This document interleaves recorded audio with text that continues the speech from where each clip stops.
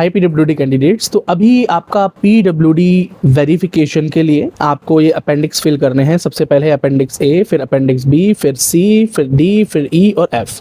लेकिन आपको जो अपेंडिक्स फिल करने हैं वो अपनी डिसेबिलिटी के अकॉर्डिंग करने हैं। अपेंडिक्स ए तो देखो सभी को फिल करना है, दिस इज़ फॉर ऑल, जो भी आपकी डिसेबिलिटी हो ये सभी को फिल करना है। लेकिन अगर बात करें अपेंडिक्स बी, तो ये हियरिंग इम्पेयरमेंट यानी जिनको कानों की समस्या है, सुनने की समस्या है, वो इसको फिल करेंगे। अपेंडिक्स सी किसे फिल करना है? जिनको लोकोमोटर डिसेबिलिटी है लेकिन अपर लिम्ब में, पैरों में नहीं हाथों में है, जिनको समस्या है वो अपर लिम्ब फिल करेंगे। उसके बाद एफिडेविट है डी, जो डी फिल करेंगे लोकोमोटर डिसेबिलिटी वाले कैंडिडेट जिनको लोअर लिम्ब यानी पैरों में समस्या है या रीढ़ में समस्या है, ठीक है, जैसे स्कोलियोसिस। अपेंडिक्स ई कौन भरेगा? ये भरेगा वो बच्चा जो मेंटल इलनेस या स्पेशल लर्निंग डिसऑर्डर से पीड़ित है, तो ये उन बच्चों के लिए है। और अपेंडिक्स एफ भरा जाएगा जिस बच्चे को लो विजन का प्रॉब्लम है, अपेंडिक्स एफ। ब्लड डिसऑर्डर वाले बच्चे भी पूछेंगे कि हमारा क्या, तो ब्लड डिसऑर्डर के लिए कोई अपेंडिक्स नहीं है, आपको सिर्फ अपेंडिक्स ए भरना है जो सभी को फिल करना है। बाकी मैं आपको दिखाऊंगा कि किस तरह से आपको अपेंडिक्स फिल करने हैं। और एक बात याद रखिएगा, अपेंडिक्स फिल करने में अगर आपने कोई मिस्टेक कर दी तो फिर वेरिफिकेशन में गड़बड़ हो सकती है, इसलिए वीडियो को एंड तक और ध्यान से देख लेना। अपेंडिक्स सी को कैसे फिल करना है ध्यान से देखेंगे तो पहले ही मैंने आपको बता दिया था। अपेंडिक्स सी किन लोगों के लिए है? उन लोगों के लिए है जिनको लोकोमोटर डिसेबिलिटी है अपर हैंड्स, मतलब अपर लिम्स में, हाथों में डिसेबिलिटी है, ठीक है। चलिए अब हम इसको फिल कर लेते हैं। तो यहाँ पर सबसे पहले आपका नाम आएगा जो आपने नीट फॉर्म में भरा था, यहाँ पर आपकी उम्र आएगी, यहाँ पर आपके फादर का नाम आएगा और यहाँ पर आप अपना छोटा सा एड्रेस फिल कर दीजिएगा, बहुत बड़ा भरने की ज़रूरत नहीं है। और यूडीआईडी कार्ड का नंबर यहाँ पर डालना है। तो इस बात से एक बात ज़रूरी हो जाती है कि यूडीआईडी कार्ड जो है वो एक ज़रूरी डॉक्यूमेंट है, वो आपको अपने साथ रखना ही ज़रूर है, ठीक है। और यूडीआईडी कार्ड पर जो जिस हॉस्पिटल से इशू किया गया था उस हॉस्पिटल का नाम आप यहाँ डाल दीजिएगा और जिस डेट पर इशू किया गया था वो आपके डिसेबिलिटी सर्टिफिकेट पर या यूडीआईडी पर ही लिखा होगा, आप वहाँ से देख लीजिएगा, ठीक है। अब इम्पॉर्टेंट स्टेप्स की तरफ चलते हैं। ये तो हो गए बेसिक डिटेल्स। सबसे पहले यहाँ पर आपसे पूछा जाएगा कि आपकी डिसेबिलिटी का एक्चुअल नाम क्या है, तो जो नाम वहाँ आपके यूडीआईडी में मेंशन हो वो यहाँ पर डाल दीजिएगा। उसके बाद डायग्नोसिस किस बेसिस पर हुआ, अब बच्चे पूछते हैं भैया ये डायग्नोसिस कहाँ मिलेगा, तो बेटा एक तो होता है आपका यूडीआईडी कार्ड जो कि आधार कार्ड जैसे फॉर्म में होता है, और एक होता है बड़ा सर्टिफिकेट जो A4 साइज़ में होता है। ये दोनों आपको मिल जाएंगे, स्वावलंबन वेबसाइट से डाउनलोड कर लीजिएगा।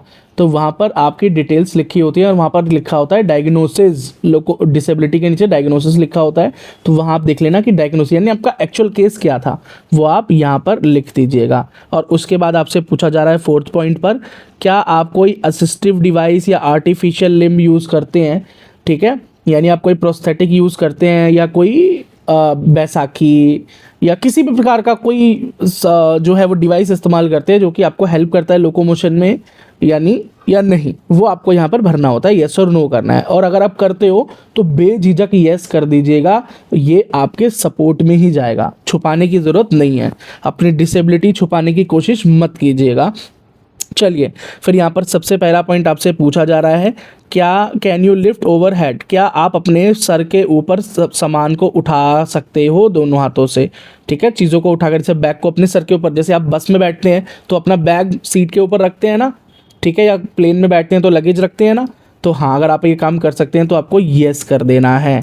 क्या आप अपनी नोज़ की टिप को अपनी फिंगर, जो जितने हाथों की उंगलियां हैं उनसे टच कर सकते हैं, तो कर सकते हैं तो येस कर दीजिएगा। क्या आप ग्रूम यानी खुद की देखभाल, कंघा करना, ठीक है, और मतलब क्या आप सेल्फ सफिशिएंट हैं, खुद को ठीक से मेंटेन कर सकते हैं, तो उसमें येस कर दीजिएगा। एक पॉइंट छूट गया, क्या आप खुद से खा सकते हैं, तो इसमें येस कर दीजिएगा अगर कर सकते हैं तो, ठीक है। कुछ भी झूठ नहीं लिखना है इसमें, जो आप कर सकते हैं उसमें येस करना, जो नहीं कर सकते उसको रॉन्ग कर देना। अगला है कैन यू क्लीन योरसेल्फ, यानी आप टॉयलेट वगैरह जा सकते हैं तो येस कर दीजिएगा, खुद से जा सकते हैं, कोई परेशानी नहीं होती, नहा धो लेते हैं तो। एक पॉइंट बीच में रह गया 5th, क्या आप कुर्ता शर्ट जो अपर गारमेंट्स होते हैं वो पहन सकते हैं, उतार सकते हैं, तो यस, ये वो वाले कपड़े हैं जिनमें बटन नहीं होते हैं, बिना बटन वाले शर्ट टी शर्ट्स वगैरह उतार पहन सकते हैं क्या।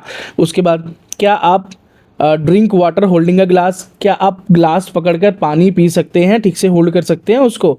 फिर क्या आप अपने शर्ट के बटन खोल बंद कर सकते हैं, क्या आप अपनी पैंट पहन सकते हैं, क्या आप नाड़ा है अगर पजामा है तो धोती है उसका नाड़ा बांध सकते हैं, क्या जिप लगा सकते हैं, तो कर सकते हैं तो यस कर दीजिएगा। और उसके बाद है क्या आप एक पेन पकड़ सकते हैं और उसको ठीक से होल्ड कर सकते हैं और उससे लिख सकते हैं, तो यस और नो कर दीजिएगा। तो ये हो गए आपके सारी चीज़ें। और फिर उसके बाद यहाँ पर आपके ही सिग्नेचर हो जाएंगे, ठीक है, आपके सिग्नेचर हो जाएंगे। तो ये डेट है, तो जिस डेट को मैं इसे भरूंगा, मान लीजिए मैं 30 जुलाई को भर रहा हूँ तो मैं 30 जुलाई लिख दूंगा। और प्लेस यानी मान लीजिए मैं दिल्ली में हूँ तो मैं यहाँ दिल्ली लिख दूंगा। उसके बाद अब नेक्स्ट एफिडेविट की तरफ चलते हैं बच्चों। अब हम आ गए हैं अपेंडिक्स बी पर। तो अपेंडिक्स किसको भरना है? बी, जिनको सुनने में प्रॉब्लम है, जिनको हीयरिंग के डिसेबिलिटी है, ठीक है। तो अब हम यहाँ पर फिल करते हैं अपेंडिक्स को। तो देखिए कैसे फिल होगा। सबसे पहले तो वही यहाँ पर आपका नाम आएगा, आपकी एज आएगी, आपके फादर का नाम आएगा, आपका यहाँ एड्रेस आ जाएगा, आपका यूडीआईडी कार्ड का नंबर आ जाएगा, और जिस हॉस्पिटल से इशू किया है उस हॉस्पिटल का नाम आ जाएगा, और जिस डेट को इशू किया गया था वो यहाँ पर आ जाएगा। डेट आपको आपके यूडीआईडी कार्ड पर ही देखने को मिल जाएगी। फिर उसके बाद आपसे पूछा जा रहा है कि आपको हियरिंग लॉस है कहाँ, कौन सीधे कान में है तो सीधे कान पर लगा देना, उल्टे कान में है तो उल्टे कान पर लगा देना, दोनों कान में है तो दोनों में लगा देना, और दोनों में ही समस्या नहीं है तो नीदर पे लगा देना। खैर नीदर तो शायद आप में से कोई भी सिलेक्ट ना करे, कुछ ना कुछ प्रॉब्लम तो होगी ही। फिर उसके बाद आपसे पूछेंगे क्या आप हियरिंग एड यूज़ करते हैं, ठीक है, ठीक है। कोक्लियर इम्प्लांट यूज़ करते हैं, ये भी हियरिंग एड ही है, ठीक है। मतलब कान के दो पार्ट होते हैं ना, एक आउटर ईयर होता है और एक इनर ईयर होता है। तो यहाँ पर तो ईयर ड्रम है और नीचे कोक्लिया है। तो ये बोन कंडक्शन के लिए होता है और ये नॉर्मल एयर कंडक्शन के लिए होता है। खैर जिन बच्चों को हियरिंग डिसेबिलिटी है वो इसको बेहतर समझ पाएंगे। क्या कोक्लियर इम्प्लांट हमेशा कान के पीछे की तरफ पहना जाता है, कान के ईयर पिन्ना के पीछे की तरफ पहना जाता है, और जो हियरिंग एड है वो ब्लूटूथ डिवाइस की तरह कान में भी यहाँ फिट होता है। तो खैर चलिए उस पर हम कभी और बात करेंगे। तो अगर आप यूज़ करते हैं तो येस कीजिएगा, और यूज़ नहीं करते हैं तो डेलिबरेटली येस मत कीजिएगा। कोई भी झूठ इन्फॉर्मेशन, गलत इन्फॉर्मेशन आपके अगेंस्ट जा सकती है बच्चों, तो ऐसा मत करना। उसके बाद फिर कुछ कंडीशंस हैं वो आपसे पूछते हैं। कंडीशन नंबर 1, क्या कम्युनिकेट कर सकते हो? अगर असिस्टिव डिवाइस का इस्तेमाल करते हो तो ठीक से कम्युनिकेट कर सकते हो। कम्युनिकेशन का क्या मतलब होता है बेटा? कम्युनिकेशन का मतलब होता है कि कोई दो पर्सन है, एक बोल रहा है, दूसरा सुन रहा है, फिर दूसरा बोल रहा है, फिर हम सुन रहे हैं। यानी कन्वर्सेशन का मतलब है कि अगर मैं एक हियरिंग डिसेबिलिटी है, मुझको कानों में समस्या है, तो हियरिंग एड लगाने के बाद क्या मैं दूसरे की बातों को ठीक से सुन सकता हूँ और ठीक से रिस्पॉन्ड कर सकता हूँ? इसे बोलते हैं बेटा कम्युनिकेशन। तो इसमें हमें यस करना है। अगर बेटा हियरिंग डिवाइस लगाने के बाद भी आप कम्युनिकेट ना कर पाओ तो इसका क्या मतलब है कि बेटा आप फिट नहीं हो, यानी आपकी डिसेबिलिटी इतनी ज़्यादा है तो फिर अब टीचर आपको पढ़ा रहा होगा कॉलेज में तो आपको कुछ सुनाई नहीं देगा, ठीक है। चलिए अगला है engage in a conversation in quite and noisy environment. मतलब आप एक कन्वर्सेशन कर सकते हैं किसी भी पर्सन से, चाहे इन्वायरमेंट क्वाइट हो या थोड़ा सा शोर शराबा भी हो रहा हो नॉर्मली, यानी आप बाहर खड़े हैं, रोड साइड में हैं, तो फिर भी आप कन्वर्सेट कर सकते हैं। आप मतलब शोर में भी सुनने की ताकत है, तो यस कर दीजिएगा अगर कर सकते हैं तो। अगला, understand and respond to verbal instruction. अगर आपको कोई बोलता है, वर्बल का मतलब बोल कर कुछ कहे तो आप सुन सकते हैं और रिस्पॉन्ड कर सकते हैं और समझ सकते हैं। बिल्कुल भाई, सुन पाएंगे तो ज़रूर यस करेंगे। चलिए, और अगर फ़ोन पर बात करें तो फ़ोन की कन्वर्सेशन को ठीक से सुन सकते हैं और उन्हें कम्युनिकेट कर सकते हैं, तो यहाँ पर यस कर दीजिएगा अगर कर सकते हैं तो। और उसके बाद आप यहाँ पर अपने सिग्नेचर्स कर देंगे, आपके यहाँ सिग्नेचर हो जाएंगे। चलिए, और इस तरह से ये हो गया आपका एफिडेविट अपेंडिक्स बी आपका कंप्लीट हुआ। अपेंडिक्स डी पर, तो अपेंडिक्स डी किन लोगों को भरना है? तो ये भरना है लोकोमोटर डिसेबिलिटी और जिनको लोअर एक्सट्रीमिटी है, यानी उनको प्रॉब्लम है उनके पैरों में, कमर में, या स्कोलियोसिस का प्रॉब्लम है उनकी रीढ़ में। चलिए अब हम इसको भरते हैं। सबसे पहले आपका नाम यहाँ आएगा, आपकी उम्र यहाँ आएगी, आपके फादर का नाम आ जाएगा, आपका एड्रेस आ जाएगा, शॉर्ट में लिखिएगा। उसके बाद आपके यूडीआईडी कार्ड का नंबर, जो कि आपके यूडीआईडी कार्ड में ही बॉटम में मेंशन होता है, और उसके बाद आप लिखेंगे कि आपकी डिसेबिलिटी है क्या। आपको लोकोमोटर में क्या डिसेबिलिटी है, ठीक है। तो लोकोमोटर डिसेबिलिटी लिख दीजिएगा। फिर उसके बाद वो आपसे पूछेंगे डायग्नोसिस क्या है, किस वजह से हुआ है जी आपको लोकोमोटर डिसेबिलिटी। तो आप पूछोगे भैया ये कहाँ पता चलेगा। तो बेटा जो आपका बड़ा फॉर्मेट होता है ना, एक तो छोटा फॉर्मेट होता है आधार कार्ड जैसा और एक बड़ा फॉर्मेट होता है आपका यूडीआईडी का, तो उसमें आपकी डिसेबिलिटी के नीचे डायग्नोसिस भी लिखी होती है कि किस वजह से ये डिसेबिलिटी है। तो उसे यहाँ भर दीजिएगा, मैंने आपको बता दिया कहाँ मिलेगा। और उसके बाद चौथा पॉइंट, वेरी इंपॉर्टेंट पॉइंट, आपसे पूछा जाएगा क्या आप कोई असिस्टिव डिवाइस यूज़ करते हैं, क्या आप स्टिक यूज़ करते हैं, बैसाखी यूज़ करते हैं, आर्टिफिशियल लिम्ब का इस्तेमाल करते हैं। तो आप यहाँ पर येस कर दीजिएगा। अगर करते हैं तो बिल्कुल भी नो डाउट येस करना है, और अगर नहीं करते हैं तो नो कर देना है। लेकिन डरना नहीं है और झूठ नहीं बोलना है, अपनी डिसेबिलिटी को छुपाने की कोशिश मत कीजिएगा, ठीक है। और एग्जरेट करने की भी कोशिश मत कीजिएगा, सच है बिल्कुल सही बोल दीजिएगा। उसके बाद फिफ्थ है कि मैं इन फॉलोइंग इंस्ट्रक्शंस को कर सकता हूँ या नहीं कर सकता हूँ, इसमें राइट और रॉन्ग लगाया जाएगा। तो सबसे पहली एक्टिविटी है, क्या आप अपना वज़न मतलब बियर कर सकते हैं और दोनों पैरों पर खड़े हो सकते हैं। तो आप लिखेंगे यस। अगर आप बोलेंगे नहीं भैया मैं तो नहीं खड़ा हो सकता, लेकिन अगर आप असिस्टिव डिवाइस की मदद से, बैसाखी की मदद से, स्टिक की मदद से भी अगर खड़े हो सकते हैं, तो यहाँ पर आप यस ही लगाएंगे बच्चों। इस पर एक पूरा सेशन भी कर चुके हैं, अलग अलग डिसेबिलिटीज़ पर हम लगातार सेशंस कर रहे हैं, ठीक है, ताकि आपको कोई प्रॉब्लम ना हो। अगला पॉइंट है यहाँ पर, क्या आप अपने अफेक्टेड लेग पर खड़े हो सकते हैं। आप हो सकता है भाई किसी बच्चे को सिर्फ एक सिंगल लेग में ही प्रॉब्लम हो, मान लीजिए उसके राइट लेग में प्रॉब्लम है, तो क्या वो राइट लेग पर, अफेक्टेड लेग पर खड़ा हो सकता है। अब डाउट आएगा बच्चे को कि भैया यहाँ तो मैं नहीं खड़ा हो सकता, लेकिन बेटा अगर आप स्टिक यूज़ करते हैं या आर्टिफिशियल लिम्ब यूज़ करते हैं और उसके यूज़ से भी स्टैंड हो सकते हैं, तो यहाँ पर आप येस कीजिएगा। चलिए, क्या आप प्लेन सरफेस पर आराम से वॉक कर सकते हैं यूजिंग असिस्टिव डिवाइस और नॉट, यस कर सकते हो। क्या आप चेयर पर खुद बैठ उठ सकते हैं, तो आप यहाँ पर यस और नो कीजिएगा।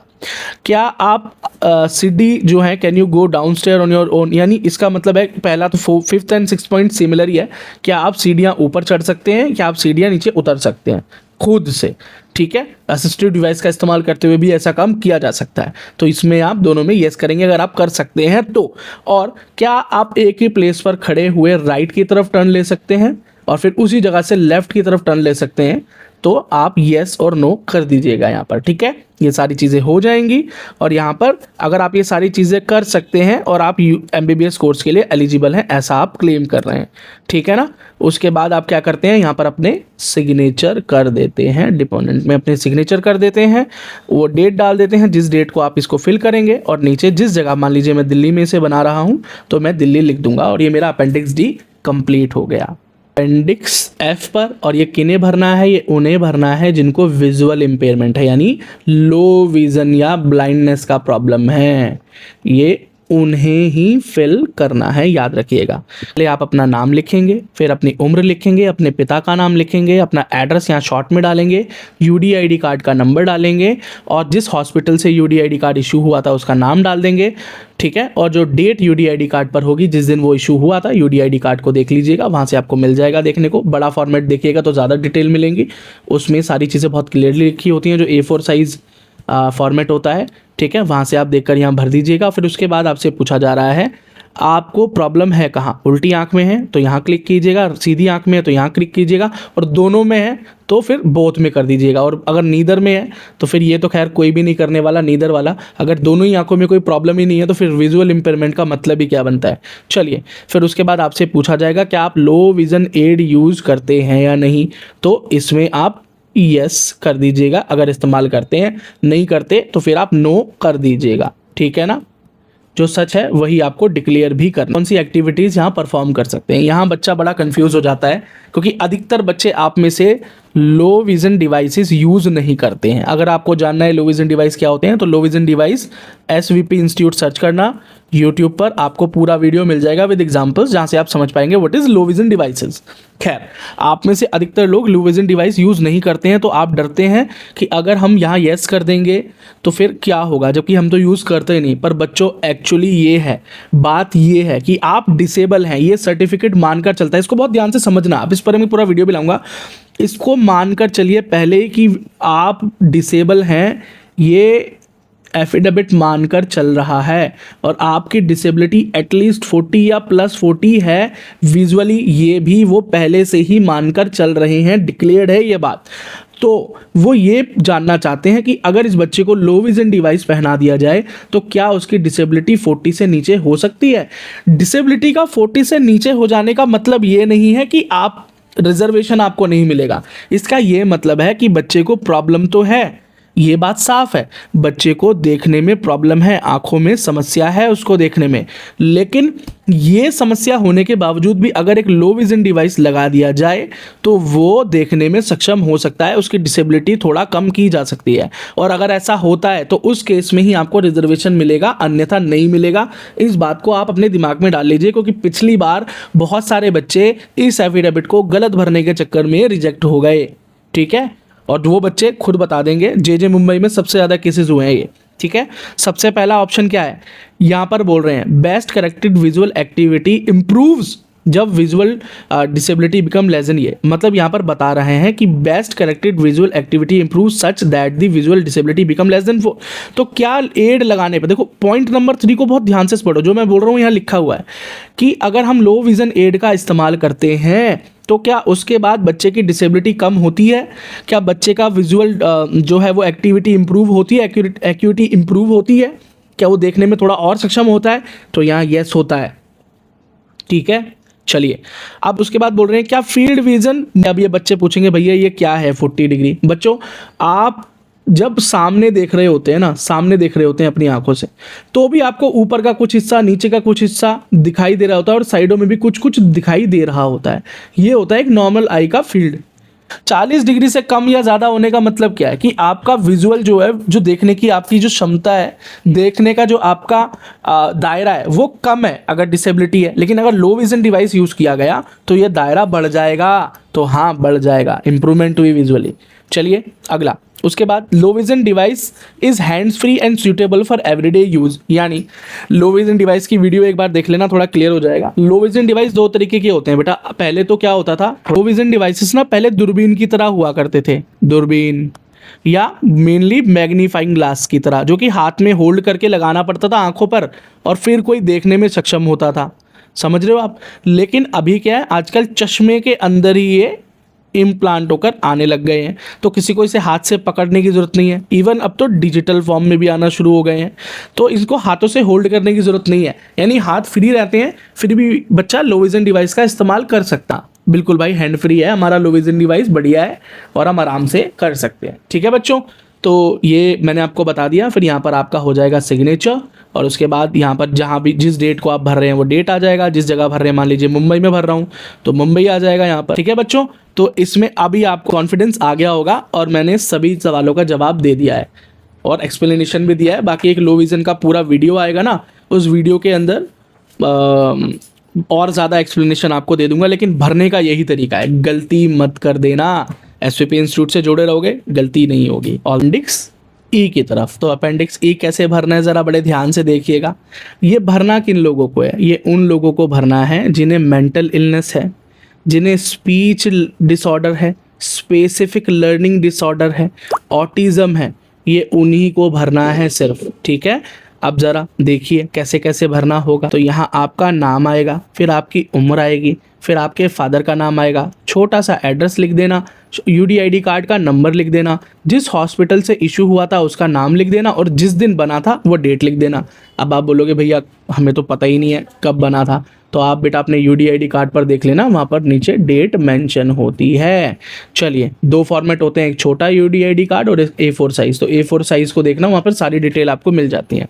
फिर उसके बाद सेकंड में आप अपनी डिसेबिलिटी लिखेंगे कि आपको डिसेबिलिटी इनमें से है क्या, स्पीच है, मेंटल है, लर्निंग है, स्पेसिफिक लर्निंग डिसऑर्डर है, कुछ ऑटिज़म है, तो आप यहाँ लिख देंगे।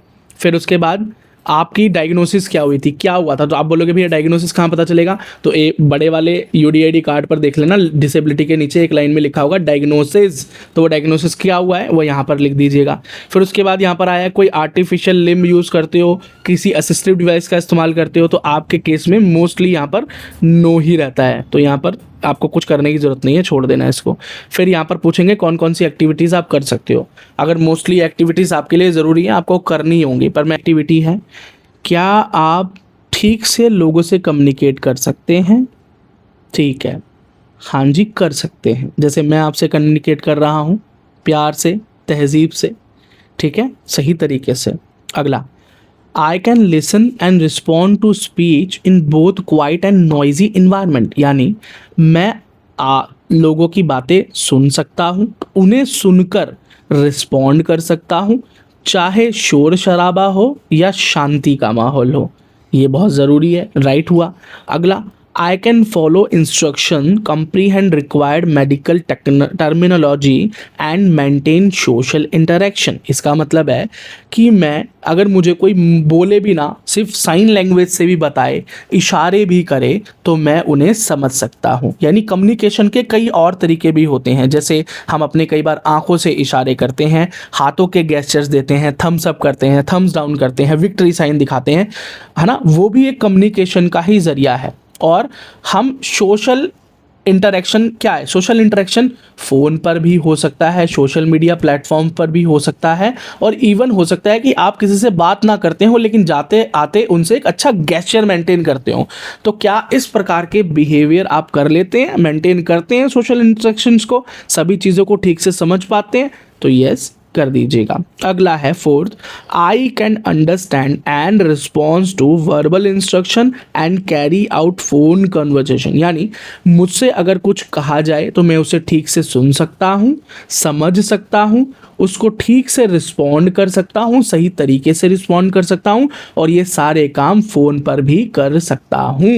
तो आप उसमें यस करेंगे, ठीक है। चलिए, उसके बाद यहाँ आपके सिग्नेचर, फिर उसके बाद जिस डेट को आप यहाँ भरेंगे, जहाँ आप इसे भरेंगे, मान लीजिए मैं दिल्ली में भर रहा हूँ तो दिल्ली, और उसके बाद ये हो जाएगा आपका एफिडेविट डन हो जाएगा, ठीक है। तो अपेंडिक्स को भरने में कोई गलती मत करना, एसवीपी इंस्टीट्यूट के साथ बने रहना, कोई गलती होगी भी नहीं। All the best.